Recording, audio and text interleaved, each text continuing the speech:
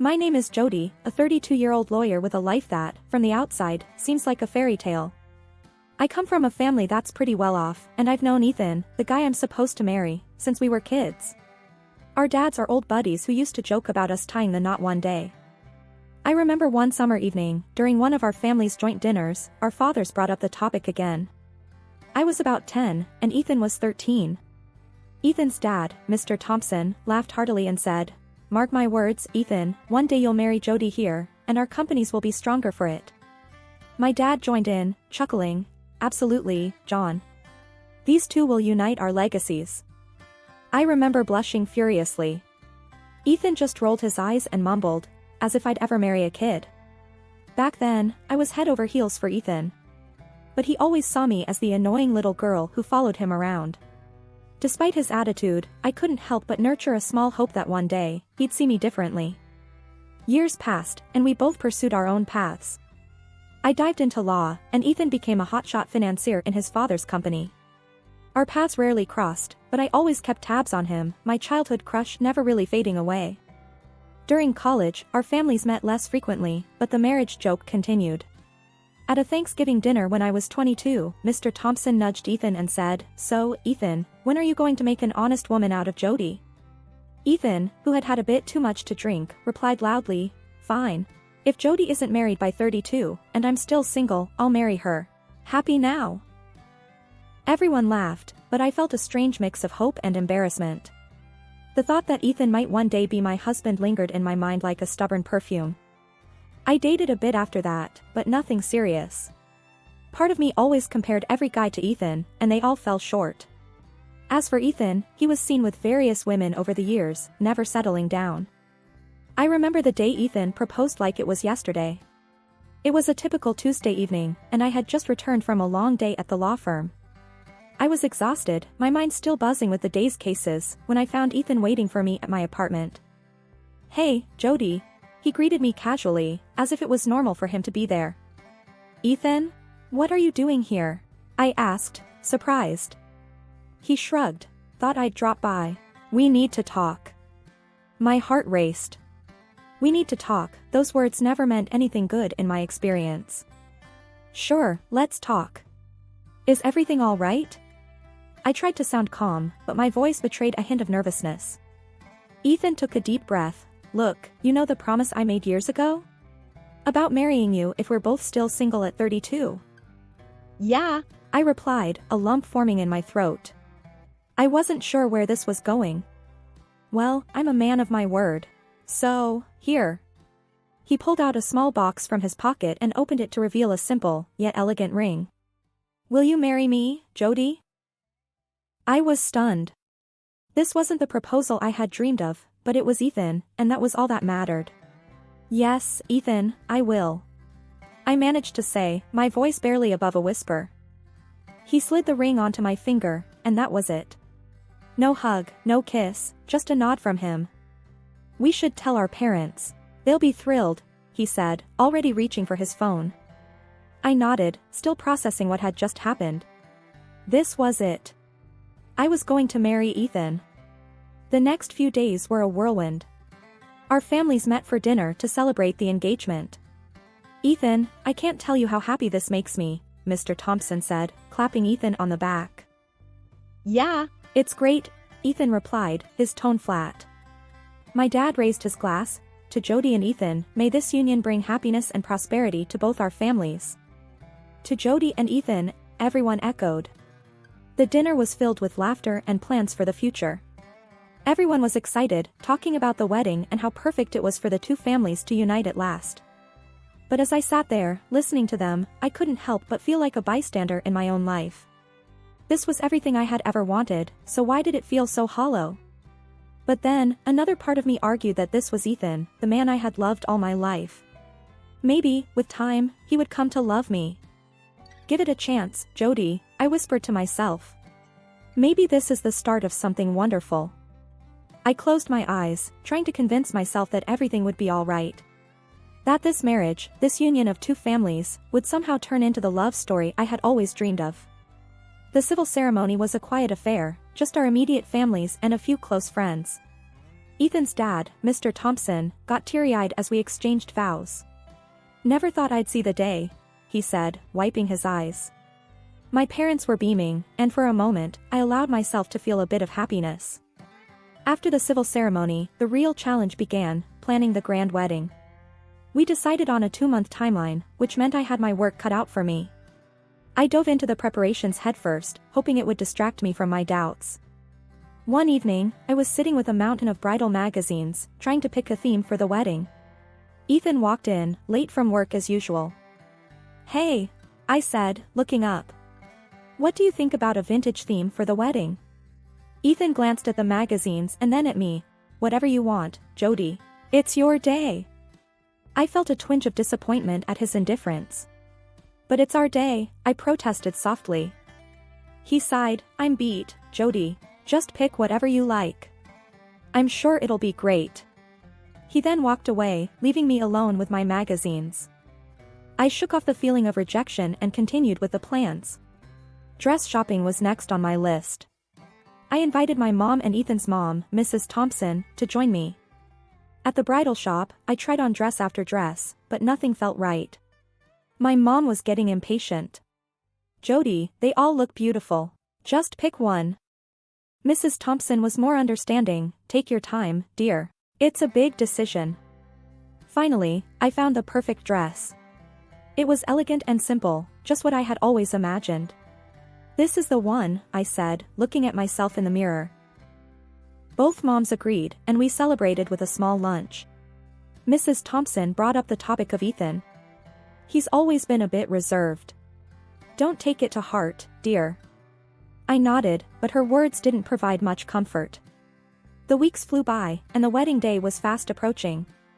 I was in the midst of choosing cakes and finalizing the guest list when I realized I hadn't seen much of Ethan.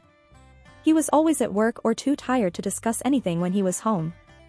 As the wedding day neared, I felt more like a wedding planner than a bride. My excitement was replaced by a sense of loneliness and a growing realization that maybe this marriage was more about convenience than love. But I pushed those thoughts aside. I had to focus on the wedding. Maybe, after the wedding, things would change. Maybe Ethan would be different. The day my world came crashing down started like any other. I was at work, buried under a mountain of case files, when a sudden wave of nausea hit me. I hadn't been feeling well all morning, so I decided to head home early. I pulled up to our house, noticing Ethan's car in the driveway. That was odd, he was never home this early. Quietly, I unlocked the front door, not wanting to startle him. Maybe he was sick too, I thought. As I stepped inside, I heard Ethan's voice coming from the living room. He was on the phone. Curiosity got the better of me, and I tiptoed closer. "No, baby, I can't wait to see you tonight," Ethan said, his voice soft and affectionate.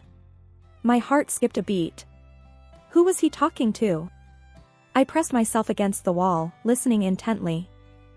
"Yeah, marrying Jody is a pain, but it's worth it. Once I get control of the companies, we'll be set. Don't worry, after she pops out a kid, I'll dump her," he continued. I felt like I'd been punched in the stomach. This couldn't be happening. The room spun around me as I struggled to process his words. "Yeah, she's clueless. Thinks I actually love her," he chuckled.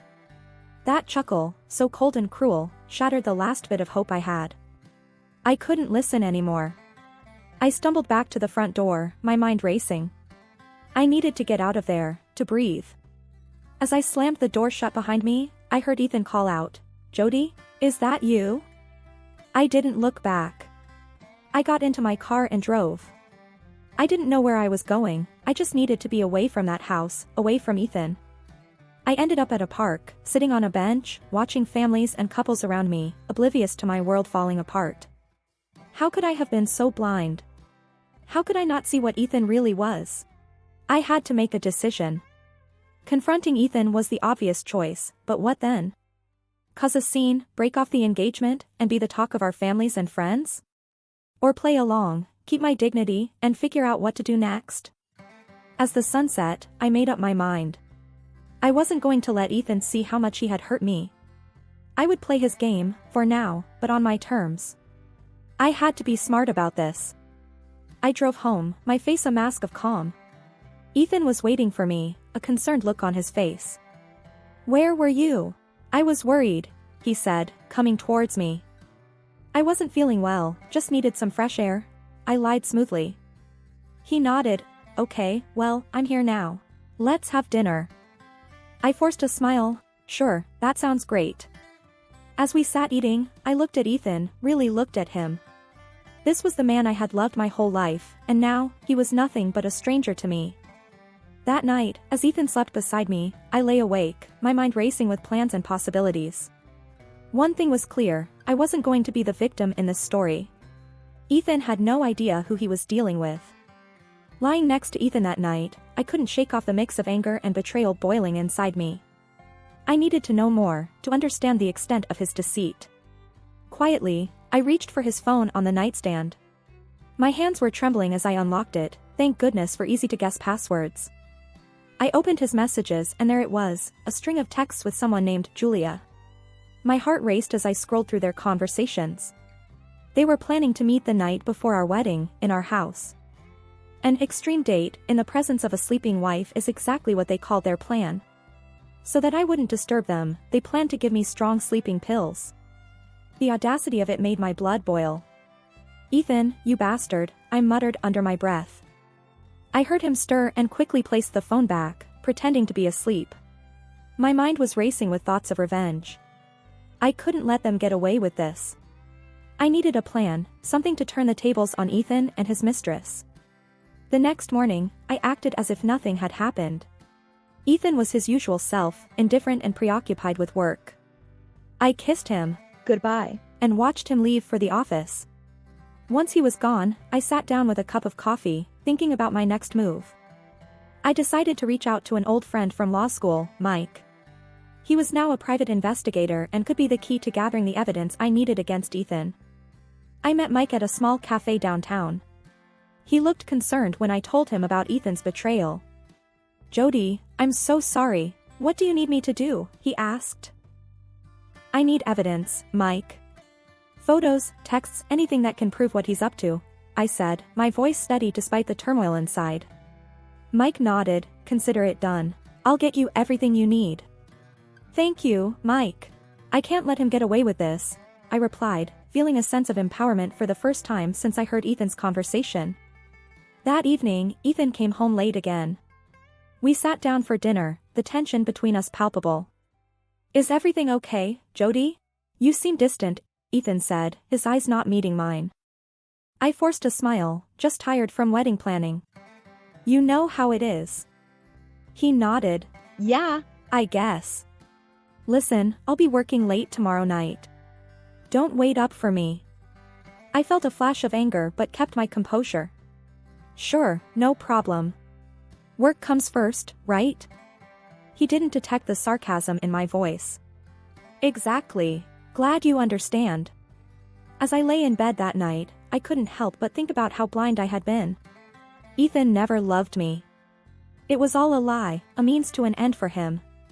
But I wasn't going to be a pawn in his game any longer. I had Mike gathering evidence, and soon I'd have enough to expose Ethan for the fraud he was. But that wasn't enough. I wanted him to feel the humiliation and betrayal I felt. I started planning the ultimate revenge in my mind, a way to turn the tables and leave Ethan with nothing. He thought he was playing me, but he had no idea what was coming for him. The eve of our wedding arrived with a heavy air of anticipation. Ethan seemed more on edge than usual, but I pretended not to notice. I was too focused on my plan, the final act of this tragic play. Ethan came home early, which was unusual. He was carrying a bottle of champagne and 2 glasses. "Thought we could celebrate our last night as an unmarried couple," he said with a forced smile. I played along, hiding my contempt. "That sounds lovely," I replied, mustering a smile. As he poured the champagne, I couldn't help but wonder if this was the moment he'd try to drug me, as per his plan with Julia. We clinked glasses, and I brought the champagne to my lips, pretending to sip while actually letting it run down the side of my mouth. Ethan didn't notice, he was too busy texting under the table. Probably Julia, I thought bitterly. After a few minutes, I feigned dizziness. "Ethan, I'm not feeling so well. I think I need to lie down." He looked up, satisfaction flashing in his eyes for a moment. Oh, okay. Do you need any help? No, I'll be fine. Just need some rest, I said, standing up shakily. As I made my way to the bedroom, I heard Ethan make a phone call. She's out. You can come over now, he whispered. My heart raced. This was it. My plan was about to unfold. Once in the bedroom, I quietly locked the door and slipped under the covers, pretending to be asleep. I heard the front door open and close a while later, and then low voices coming from the living room. Ethan and Julia, no doubt. I waited for what felt like hours, my body tense with anticipation. Then, I made my move. I grabbed my phone and called both our parents, whispering a quick lie about a surprise for them at the house. Mom, Dad, you need to come over right now. I have a surprise for Ethan and I want you to be part of it, I said, my voice trembling with feigned excitement. Really, honey? At this hour? Okay, we'll be right there, my mom replied, confused but intrigued. I made the same call to Ethan's parents, ensuring that everyone would arrive at the same time. Then, I sat in the dark, waiting for the moment of truth. The sound of the doorbell broke the silence of the night. I heard footsteps and then voices of confusion and anger. I slipped out of bed and made my way to the living room. The scene before me was one of chaos. Ethan and Julia, caught in a compromising position, our parents standing in the doorway, shocked and appalled. What the hell is this, Ethan? Mr. Thompson roared, his face red with anger. Ethan was speechless, his eyes wide with shock. Julia was scrambling to cover herself, looking around frantically. I stepped into the room, a sense of satisfaction washing over me. Surprise, I said, my voice cold. The confrontation was intense. Accusations flew, tears were shed, and the truth came out in the ugliest way. Ethan tried to explain, but his words fell on deaf ears. As the reality of the situation sank in, I felt a strange sense of relief. The charade was over. I was free from the lies and deceit. I watched as Ethan's world crumbled around him. He had lost everything in one fell swoop, his family, his reputation, and any future he might have had with me. The aftermath of Ethan's betrayal left the house in a haunting silence. As I sat at the kitchen table, staring blankly at the cold coffee before me, my mind was a battleground of emotions. The dramatic revelation had left me reeling, but also ignited a flame of determination within. I spent the next few days in a flurry of activity. Meetings with my lawyer, going over the evidence Mike, the private detective, had gathered. The photos of Ethan with Julia, their intimate texts, and the damning correspondence where they planned to drug me with a powerful sleeping pill, it was all there. Ethan attempted to reach out several times, but I ignored his calls and messages. There was nothing left to say to him. On the day of the court hearing, I donned my sharpest suit, a symbol of the new, unyielding woman I had become. Walking into the courtroom, I saw Ethan, a shell of the confident man he once was. The hearing was intense. My lawyer presented the evidence with clinical precision. Ethan's lawyer tried to defend, but the proof was irrefutable. After the hearing, Ethan approached me, a look of desperation in his eyes. Jody, please, can we talk, he implored. I faced him, the man who had shattered my trust. What's left to say, Ethan? My voice was calm but laced with disdain. I'm sorry, Jody. I never thought it would go this far, he stammered. Sorry isn't good enough. You made your choices, Ethan, I replied, turning my back on him. Over the following months, the legal battle raged on, but my resolve never wavered. The evidence was damning, and eventually, justice was served. Ethan was ordered to pay a significant sum for emotional damages. Leaving the courtroom for the last time, a wave of relief washed over me. I had stood up to Ethan and emerged victorious. That chapter of my life was closed. I was ready to move forward, stronger and more resilient. Ethan was now a part of my past, a difficult chapter, but one that had taught me the strength I possessed. Walking out of the courthouse, the final gavel still ringing in my ears, marked more than just a legal victory. It was the end of a chapter, a painful saga that had changed me in ways I never imagined. As I stepped into the sunlight, a sense of liberation enveloped me, the chains of my past finally broken. I didn't head home immediately. Instead, I found solace in a quaint park, a place that once held memories of Ethan and me.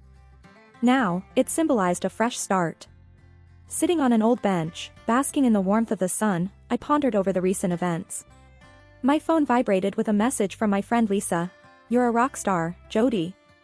Ready to celebrate your freedom?" I smiled, replying, "Absolutely. Just need a moment to myself first." "Take your time, girl. We'll party when you're up for it," she responded. As I sat there, lost in thought, I was approached by an elderly woman. "You're Jody, right?" I was in the courtroom. "What you did, standing up for yourself, was incredibly brave," she said softly. Her words touched a deep chord within me. "Thank you. It wasn't easy, but it was necessary," I replied, feeling a swell of pride.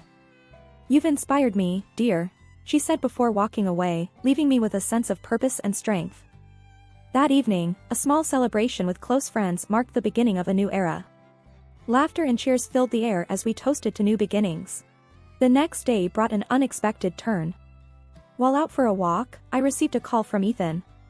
His voice was desperate, a stark contrast to the confident man I once knew. "Jody, please, I need your help," he pleaded. "What's wrong, Ethan?" I asked, although I had a guess.